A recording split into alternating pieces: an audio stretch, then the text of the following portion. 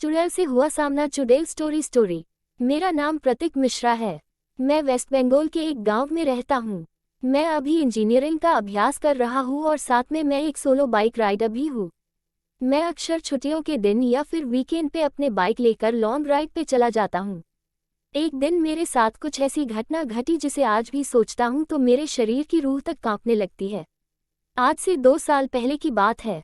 मैं अपने बाइक लेकर कोलकाता लॉन्ग राइड पे गया था। रास्ता 3 दिन का था, इसलिए मुझे पहले से ही होटल बुक करनी पड़ती थी।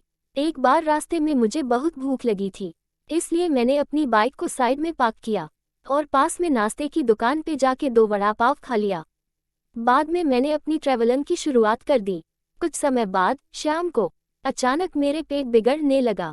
मैं होटल पे जा सकूं इतना समय भी नहीं था, इसलिए मैंने पास में सुलभ शौचालय पे एंड यूज का उपयोग किया।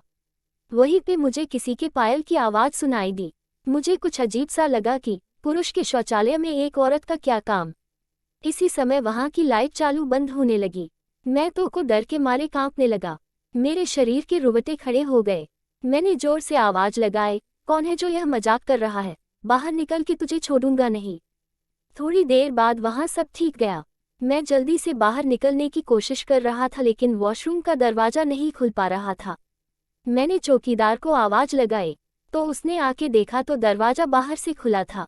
फिर उसने आवाज लगाई, दरवाजा खुला है, आप थोड़ा धक्का लगाए। मैंने धक्का दिया तो दरवाजा खुल गया। मैं पैसा देकर बाहर निकल ही रहा था कि फिर से मेरा पेट खराब होने लगा। मुझे वापस उस खतरनाक वॉशरूम में नहीं जाना था, लेकिन मेरे पास और कोई चारा भी तो नहीं था। इस बार लगभग 2-3 मिनट हुई होगी कि वापस से लाइट चालू बंद होने लगी और साथ में कोई स्त्री की हंसने की आवाज भी आ रही थी। मुझे काफी डर लगने लगा था।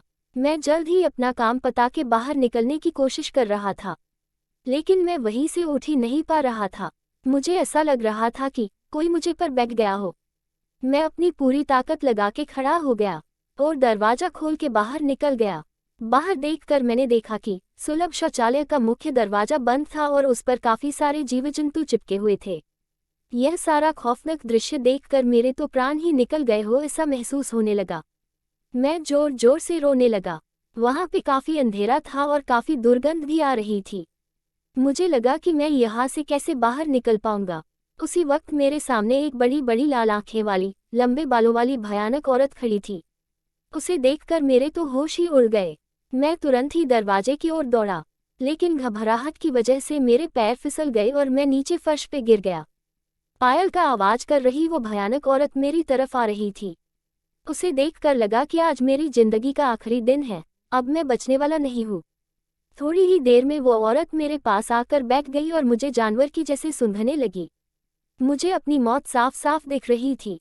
फिर मैंने अपनी सारी हिम्मत लगा के एक आखिरी कोशिश करके जोर लगा के खड़ा हो गया और जोर जोर से दरवाजे को हिलाने लगा। थोड़ी ही देर में दरवाजा टूट गया और मैं बाहर निकल गया। जब मेरी नज़र बाहर खड़े लोगों के सामने पड़ी तो मैंने देखा कि लोग मेरे सामने ऐसे देख रहे थे जैसे मैं कोई पागलखाने से भाग आया हूँ।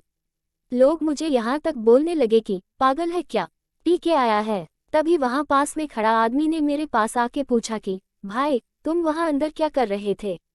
मैंने कहा भाई मैं कोई अंदर घूमने नहीं गया था, बल्कि टॉयलेट करने के लिए गया था।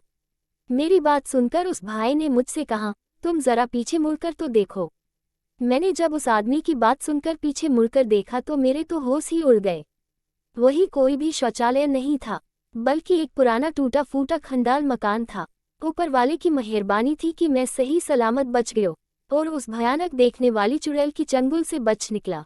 दोस्तों, अगर आपको मेरी यह कहानी पसंद आई हो तो शेयर जरूर करना। हमारी और भी कहानियाँ पढ़ने के लिए